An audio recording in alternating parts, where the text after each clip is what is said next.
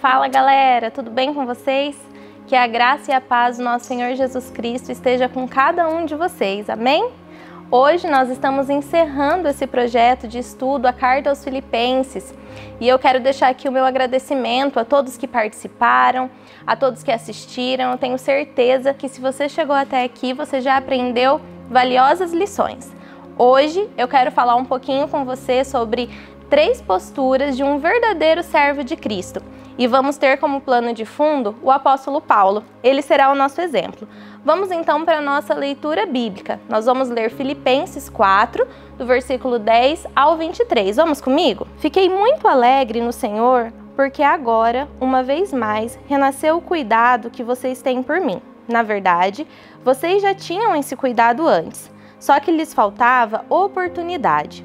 Digo isso não porque esteja necessitado, porque aprendi a viver contente em toda e qualquer situação. Sei o que é passar necessidade e sei também o que é ter em abundância.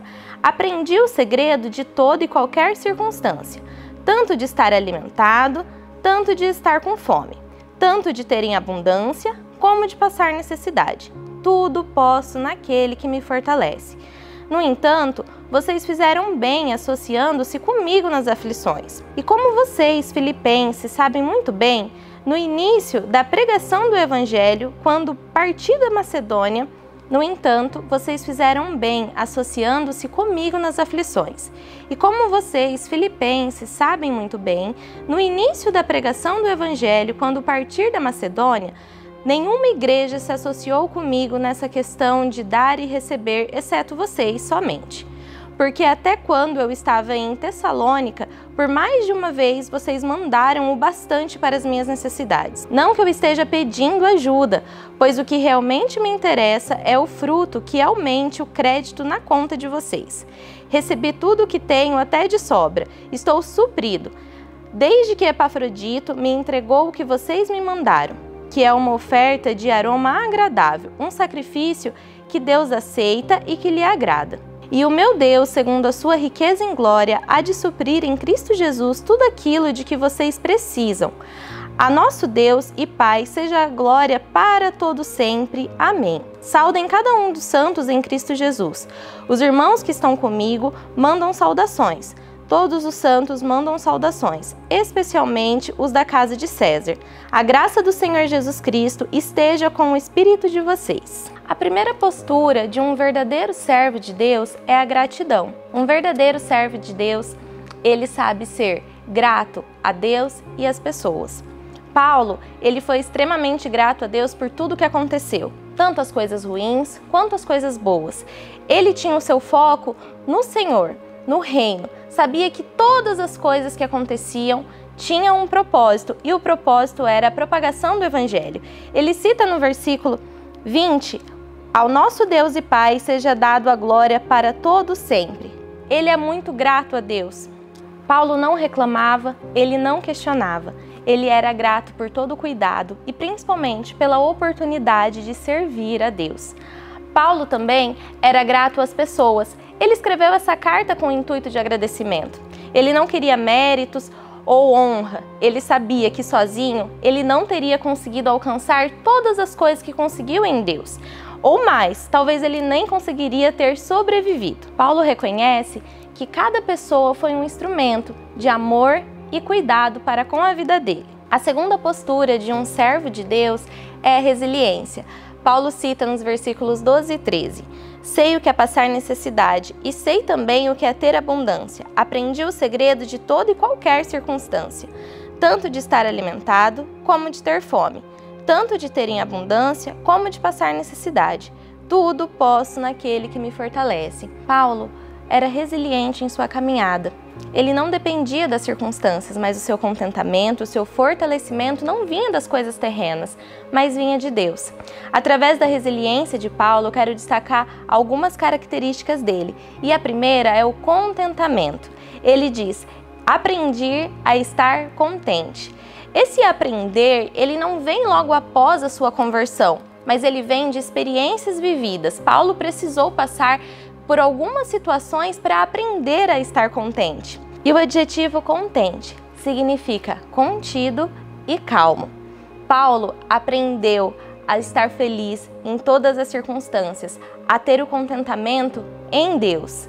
E mais, ele ainda estava calmo e contido. Uma outra característica de sua resiliência é que Paulo confiava na providência que vinha de Deus. Quando nós falamos na providência que vem de Deus, não quer dizer que Deus apenas vê de antemão, mas que ele age também antes das circunstâncias. Paulo sabia que todas as coisas cooperavam para o seu bem, assim como ele cita em Romanos 8:28. Sabemos que todas as coisas cooperam para o bem daqueles que amam a Deus, para aqueles que foram chamados segundo o seu propósito. Paulo sabia que o seu fortalecimento vinha de Deus. Ele dizia: tudo posso naquele que me fortalece.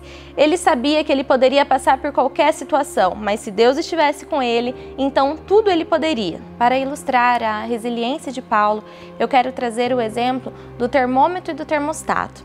O termômetro, ele apenas mede a temperatura, vê se ela está alta ou baixa, mas o termostato, ele regula a temperatura do ambiente. Paulo com certeza era um termostato. Ele não se abalava pelas circunstâncias da vida e não vivia em altos e baixos. Paulo olhava para Deus com determinação e seguia sua missão.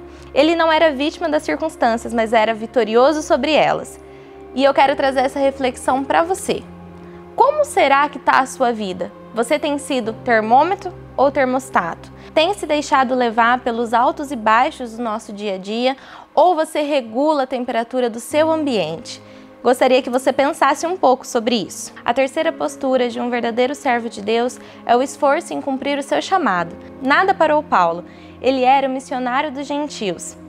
Ele estava preso, mas não se sentia preso. Ele dizia: eu sou escravo de Cristo. E mesmo assim ele se sentia livre, porque ele sabia exatamente qual era a sua missão, onde estava o foco dele. Paulo se sentia livre para pregar o Evangelho e usou todas as circunstâncias da sua vida em prol desse objetivo. Paulo dizia: para mim, o viver é Cristo e o morrer é lucro. Ele deixou todas as coisas que para trás ficaram e focou naquilo que realmente importava: Jesus. Vemos também claramente nesse texto quão importante foi o vínculo da igreja no propósito de Paulo. A igreja de Filipos não apenas enviava mantimento ou supria suas necessidades físicas, mas orava e cuidava de sua vida. Isso foi extremamente importante para que, de fato, o chamado de Paulo fosse concretizado. Essa relação igreja e missionário nos ensina sobre a reciprocidade. Enquanto a igreja de Filipos cuidava das coisas de Deus, Deus cuidava das coisas da igreja de Filipos. Nós podemos ver isso também na nossa vida. Como você tem agido com a obra missionária? Às vezes você pode pensar que fazer uma obra missionária é ir para outros lugares, ir para a África, para o sertão, enfim, também é. Mas existem várias oportunidades de você executar o seu chamado e cumprir a obra do Senhor à sua volta. Lembre-se que você é a igreja. Quando nós citamos aqui a igreja, não estou falando de instituições, mas estou falando de você. Nós somos igreja. Que o seu coração esteja disposto a fazer a obra de Deus e a ajudar na obra de Deus também. Quando cumprimos o chamado de Deus para a nossa vida, nós temos uma gloriosa promessa. No versículo 19, Paulo diz: e o meu Deus, segundo a sua riqueza em glória, há de suprir em Cristo Jesus tudo aquilo que vocês precisam. Não podemos citar esse versículo sem contextualizar. Essa promessa foi feita para uma igreja que se dedicava à obra missionária, que entendia que não vivia só para si, mas estava disposto a pagar o preço por Jesus. A igreja de Filipos é um exemplo disso. É para esse tipo de cristão que Paulo diz: e o meu Deus suprirá todas as vossas necessidades. Esse versículo tem sido para você? Essa promessa é para você? Você tem cuidado das coisas de Deus? Você tem deixado que a obra de Deus se cumpra através da sua vida? Hoje nós aprendemos 3 posturas de um verdadeiro servo de Deus: a gratidão a Deus e às pessoas, a resiliência, estar contente em todas as situações, o fortalecimento que vem do Senhor. E também a respeito do seu chamado. Aprendemos no final dessa carta 3 posturas de um verdadeiro servo de Cristo: a gratidão, a resiliência e um chamado cumprido. Eu quero saber de você, como tem estado a sua vida? Você tem sido grato a Deus pela sua vida, pelo seu dia a dia, pelas circunstâncias que acontecem com você, sejam elas boas ou ruins? Tem sido grato pelas pessoas que Deus tem colocado ao seu redor, a sua família, os seus amigos? Tem sido grato pelo seu trabalho? Como você tem lidado com as circunstâncias? Você tem se movido com contentamento e confiança no Senhor, independente do que aconteça na sua vida? E o seu chamado? O que você tem feito para o Senhor? Você tem se permitido a ser um instrumento na obra do Senhor? Eu quero te encorajar a ser um termostato, assim como o apóstolo Paulo era. Que você possa olhar a sua vida com contentamento que vem do Senhor, que você possa ser grato e que você entenda que o viver é Cristo e o morrer é lucro, que a sua vida seja um instrumento nas mãos do Senhor. Eu encerro esse episódio com as palavras de Paulo no versículo 12 e 13. Sei o que é passar necessidade e sei também o que é ter abundância. Aprendi o segredo de toda e qualquer circunstância, tanto de estar alimentado como de ter fome, tanto de ter abundância quanto de ter necessidade.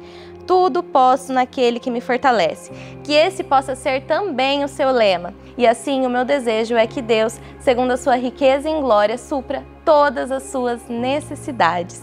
Amém?